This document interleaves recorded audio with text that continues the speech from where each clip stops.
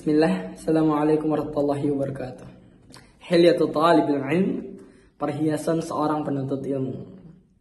Ada salah satu buku yang sangat bagus karya Syekh Bakar bin Abu Zaid yang tadi saya sebutkan judulnya Hilyatul Talibil Ilm, perhiasan seorang penuntut ilmu. Kita bahas bab pertama yang beliau sebutkan, itu bahwa menuntut ilmu adalah ibadah. Jadi sebelum nanti masuk adab-adab seorang penuntut ilmu, maka ada beberapa hal yang harus diketahui seorang penuntut ilmu terlebih dahulu sebelum nanti dia mempelajari bagaimana cara berinteraksi dengan orang lain dengan adab atau akhlak yang baik. Menuntut ilmu adalah ibadah disebutkan. Kenapa? Karena menuntut ilmu perlu dua syarat. Yang pertama adalah ikhlas lillahi subhanahu wa ta'ala. Diniatkan bahwa menuntut ilmu ini adalah karena Allah subhanahu wa ta'ala dan bukan yang lain. Kemudian yang kedua adalah sesuai dengan tuntunan atau ajaran Nabi sallallahu alaihi wasallam.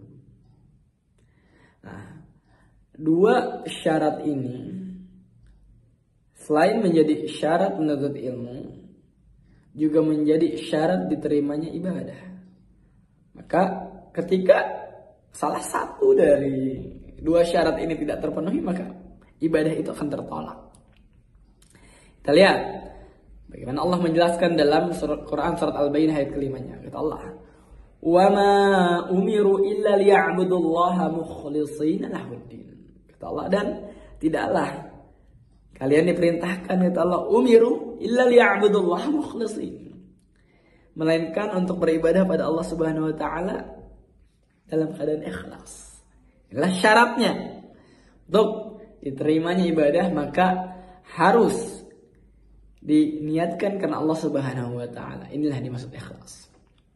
Begitu juga menuntut ilmu, harus diniatkan karena Allah Subhanahu wa taala. Ketika menuntut ilmunya ini diniatkan untuk yang lain, maka tidak ternilai ibadah di dalamnya, khususnya belajar agama ya.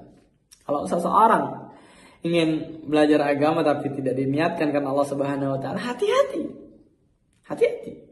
Jangan sampai menuntut ilmunya tidak diberkahi oleh Allah Subhanahu wa taala, dan bahkan itu bisa tidak ternilai ibadah. Kemudian yang kedua adalah sesuai dengan ajaran Nabi sallallahu alaihi wasallam. Maka ilmu-ilmu ini harus yang datang dari Nabi Sallallahu Alaihi Wasallam. Karena nanti ada hadis, kita lihat dalam Arba'in, hadis kelimanya.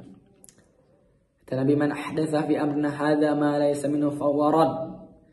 Barang siapa yang beramal mengada-ngada dalam suatu agama, mengada-ngada suatu perkara ibadah dalam agama, maka fahuwa rad, kata Nabi SAW, maka tertolak, tidak akan diterima. Maka hati-hati ketika ingin menuntut ilmu.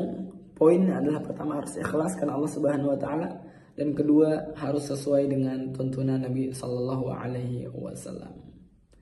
Itu saja bisa saya sampaikan. Semoga yang sedikit ini bisa menambah wawasan kita bahwa seorang penuntut ilmu itu harus mempunyai dua pondasi sebelum dia belajar. Yang pertama adalah ikhlas karena Allah Subhanahu wa taala dan memastikan bahwa apa yang dia pelajari adalah sesuai dengan tuntunan Nabi sallallahu alaihi wasallam.